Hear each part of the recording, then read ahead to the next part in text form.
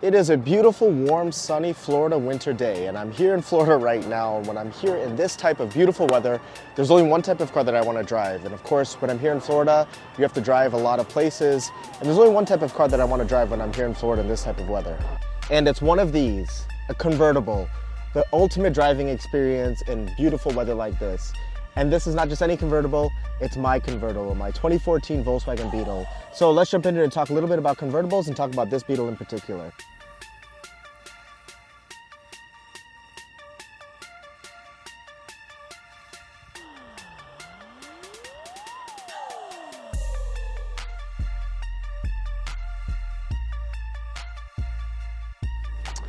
So yes, this is my 2014 Volkswagen Beetle Convertible, and this is the car that I've got here in Florida for the times that I come visit, because every time I come to Florida, usually the weather is nice and sunny, usually sunnier than Amsterdam, and I always want to drive a convertible. Convertibles, I think, are the ultimate driving experience when it comes to top-down driving, enjoying the open road, enjoying some music, enjoying nice weather and fresh air. There's no other better experience than a convertible. Now, on my channel, of course, I've talked about wagons before, and I still think that wagons are the ultimate one-car solution, and I definitely think that works in Europe and even here in the United States, especially as it compares to SUVs and pickup trucks. I think a wagon would be a perfect one-car solution. But my second type of car that I really love are convertibles. I personally love driving with the windows down, music up. That's my ultimate relaxation, and a convertible just takes that to the next level. The open air driving experience, there's nothing like it, and if you haven't driven or ridden in a convertible, I'd highly recommend it, but please do it somewhere where there's nice and sunny weather. But what do you think about convertibles? Let me know in the comments below, because I think top-down driving is the ultimate driving experience, especially if you have a performance car that is a convertible. Of course, with a convertible, there is some compromise when it comes to weight and handling, so it's definitely not the ultimate driving experience when it comes to track handling or even acceleration. But when it comes to that everyday driving and running errands and driving around, top-down driving is the ultimate driving experience, and especially if it's a performance car. Now, this isn't a performance car, but it's still top-down convertible driving. This 2014 Volkswagen Beetle has a 2.5-liter inline 5-cylinder that produces 170 horsepower and around 170 pound-feet of torque. This is rare, actually, to have a 5-cylinder engine in such a small car. Volkswagen was doing it for many years here in North America. I'm going to talk a little bit more about the engine later on in this video. So convertibles definitely are a lifestyle vehicle because there are some compromises. Practicality, space, handling, weight. Of course, these are compromises that you have to make to chop the roof off of a car and keep it stable. So these compromises have to be made to have this ultimate top-down driving experience. And that's the sacrifice you make when you want to commit to having a convertible. Less space, potentially a little bit heavier, different types of handling. I've driven many convertibles in the past, and I'll show some pictures of them here. But every time I've driven one, I've absolutely loved it. Love the top-down, windows open, fresh air, nice weather driving experience, and that cannot be beat. On a side note, I love driving convertibles so much with the top-down music up that I've made a convertible driving playlist. I'm gonna link to it in the description below. Go ahead and check it out. It's got a little bit of everything, not one particular genre, but these are just songs that I like driving to, and I especially like driving to with the top down. So go check it out. Let me know what you think in the comments below about that playlist. So let's talk about the Volkswagen Beetle, because this car is truly an icon. The Beetle and even Beetle Convertible have an interesting history. I won't go into it now, but please look it up if you're interested. But the Beetle is really an iconic car, not just in the United States, but truly a worldwide icon. Everybody knows the Beetle. Everybody around the world has seen or knows about the Beetle. Punch buggy, bug, everybody knows this car around the world. The Beetle was around in the mid-20th century for many decades. Then there was a hiatus. Volkswagen relaunched the Beetle as the new Beetle in the late 90s, 98, 99. And that was the cutesy looking generation of the new Beetle. That generation existed for a few years. This second generation of the new generation of Beetle was then revealed on Oprah's show, actually, because Oprah was giving this car away to her audience. The car wasn't launched yet, but Volkswagen worked with Oprah to share the silhouette of the car and tease it a little bit before it came out. This generation model year within the United States started in 2013, and this in particular one is a 2014 model, so about 10 years old right now.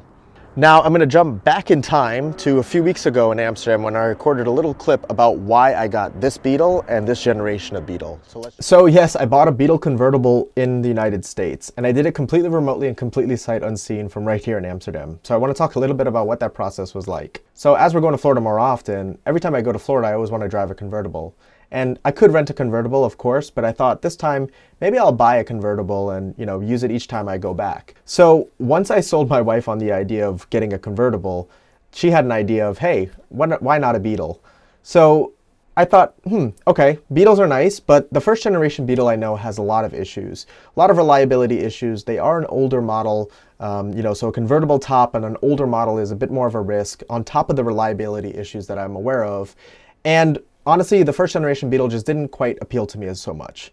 But the second generation Beetle, the new Beetle, or Beetle A5 as it was called from 2012 onwards, that one was a lot more appealing to me. So I started doing some research around that generation of Beetle. Now, I had had a few Volkswagens that were of a similar generation. So I've had a 2010 Jetta, I've had a 2012 GTI, a 2013 CC. So this is going to be my fourth Volkswagen, and they were all kind of in this generation. So this was kind of a bit of a nostalgia piece as well, where some of the features of this car were very similar to the cars I had had. So I knew a lot about these cars. So I was searching all over the country in the United States, doing research remotely, contacting dealers, and I ended up finding this Beetle at a dealership in Oklahoma. So I contacted this dealer in Oklahoma. It was super easy to do everything remotely. I did a video call with them initially to see the car. And then following the process of buying a car remotely that I've seen from Cars and Bids, I had an inspector from Lemon Squad go out and inspect the car. And then I used Modway for auto transport to have the car shipped to Florida. So between being able to do all of the paperwork and everything remotely and then having the car inspected and shipped to Florida, it was super easy for this transaction. But it was still a bit crazy to me to completely buy a car sight unseen, having never driven it. I still haven't driven it as of this moment of recording this video. So hopefully as you're seeing me drive it now in Florida, I hopefully enjoy it. But it was an interesting process. So I was able to do everything remotely. This Beetle had a great service history.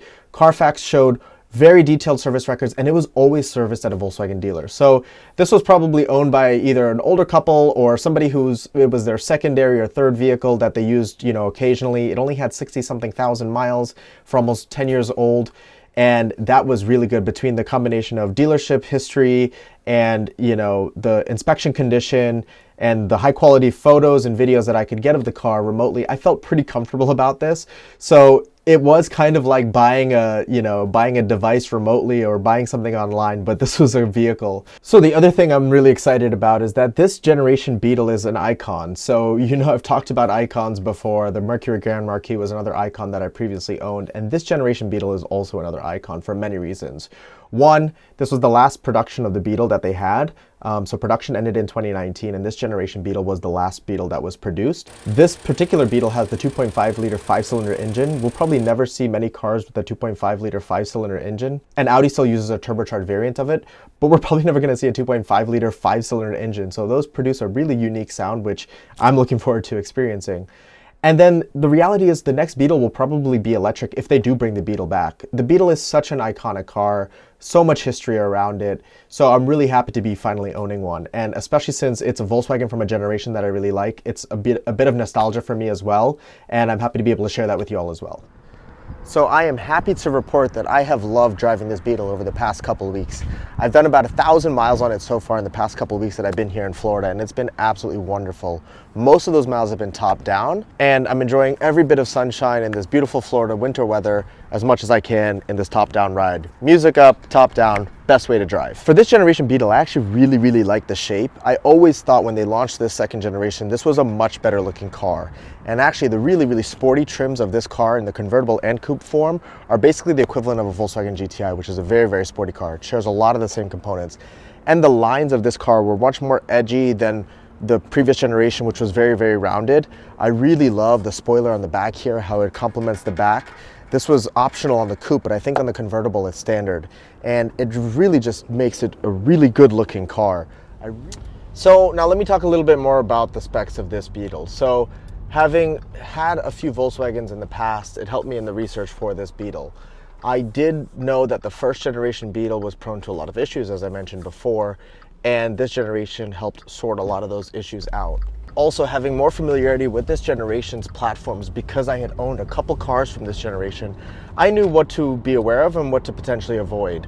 One example, as I mentioned, was the DSG transmission. This is a great transmission, which I had on all of those Volkswagens that I had before. But after 40,000 miles, that transmission needs to be serviced, and it's quite an expensive service that many people skip. And so I was a bit wary to buy a used car, especially a used Beetle that was over maybe 10 years old, with that transmission, knowing that prior owners probably didn't invest the money into doing transmission services. and that would come back to bite probably me as an owner of a car with a higher mileage. So that was something that I was a bit concerned about with getting the 2.0T with the DSG transmission, although I would have loved to have that 2.0 turbo engine on this car. So this Beetle has a 2.5 liter 5-cylinder engine that Volkswagen produced for many years around this generation. And that's another interesting thing and unique thing about this car, is that it has an inline 5-cylinder. Inline 5-cylinder engines are already pretty uncommon, and in the future I suspect that inline 5-cylinders will become even more rare. So this has a 2.5 liter inline 5 that Volkswagen produced for many years, and is quite reliable if it's maintained well. From what I saw in many forums, the 2.5 liter with the 6-speed automatic transmission is quite reliable in the context of regular maintenance and, you know, normal use. So even though this is a slush box 6-speed automatic compared to the DSG, it was a safer bet buying a used car with the 2.5 liter and the 6-speed automatic. That 5-cylinder engine sound is really unique. Maybe in the future I'll consider putting an intake and exhaust on this car. Let me know what you think in the comments below about doing that on the 5-cylinder engine. The interior and features of these cars has aged really well. So even though this is a 10-year-old car, it still feels quite modern. But there were certain features that I wanted to make sure that this car had so that I would be able to use it more comfortably. The first one is KESSI, as Volkswagen calls it, or keyless access and start. And this is basically proximity key, where you can keep the key in your pocket, walk up, the door unlocks, and you push a button to start the car. That's just so much easier than a physical key these days, and I really wanted a car that was just easier to get in and drive with the push button start. So I'm glad that this one has that. The next thing I really wanted was satellite radio and premium audio, and this particular Volkswagen Beetle has Fender audio, which sounds phenomenal. Take a listen to this.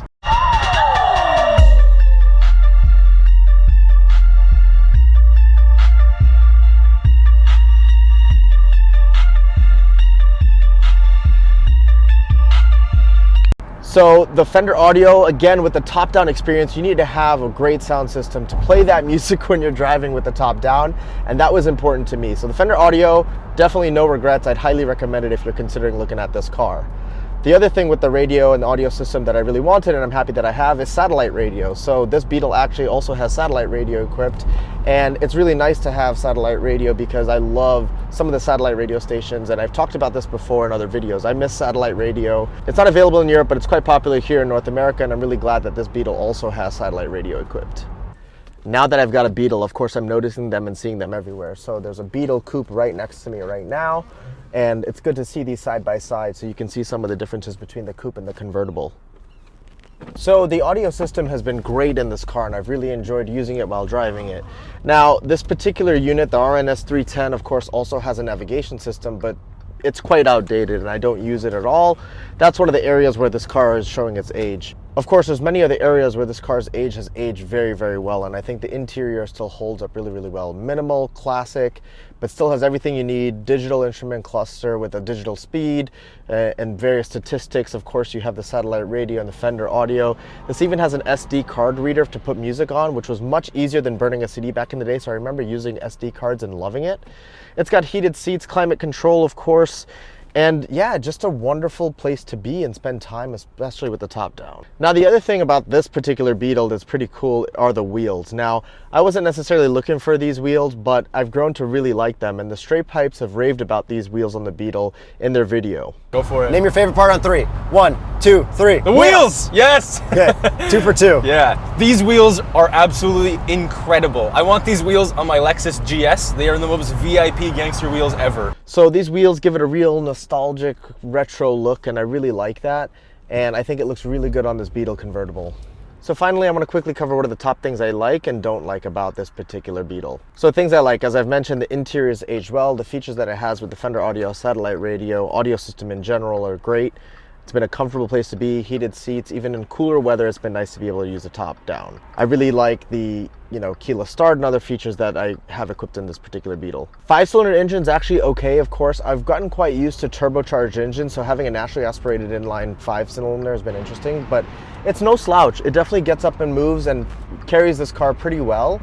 And I think with some tuning, eventually it could actually be a little bit faster. So I'll think about it, but let me know in the comments below what you think about that. I also really like that the convertible opening button on this car is shaped like the older Beetle, the more rounded look. So that's pretty cool, a little bit of a throwback to the prior generation. So now for some of the things I don't like so much. So first of all, the headlights. This has old halogen incandescent headlight bulbs. Even the daytime running lights are also these halogen bulbs. I'm not really a fan of them. I will try to change them. I'm not really a fan of aftermarket headlights, so I probably will just change the bulbs so that they look a little bit more bright, white, and modern. The other thing is, even though this inline 5-cylinder is quite good, I have been quite disappointed with the fuel economy. Now, I haven't really been taking it very easily. Of course, driving top down, you also want to, maybe accelerate a little bit quicker from time to time. And with that, the fuel economy suffers accordingly. So fuel economy hasn't been exactly great, but that's okay because I've been enjoying the driving experience, and it has to come at a cost, of course. And the final thing, of course, is the maintenance that goes across with convertibles. So of course, the soft top has its own issues and maintenance to consider.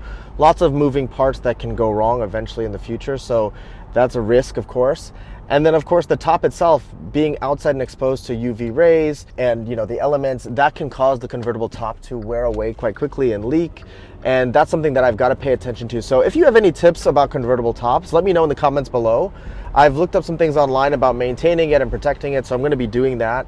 But as I'm not going to be driving the car every day, it's something that I'll need to be considering with the convertible top maintenance. So I think that pretty much wraps it up about my new 2014 Volkswagen Beetle Convertible that I have here in Florida. I've enjoyed driving this car so far. I look forward to driving it more times coming up the next few times that I'm back here in Florida.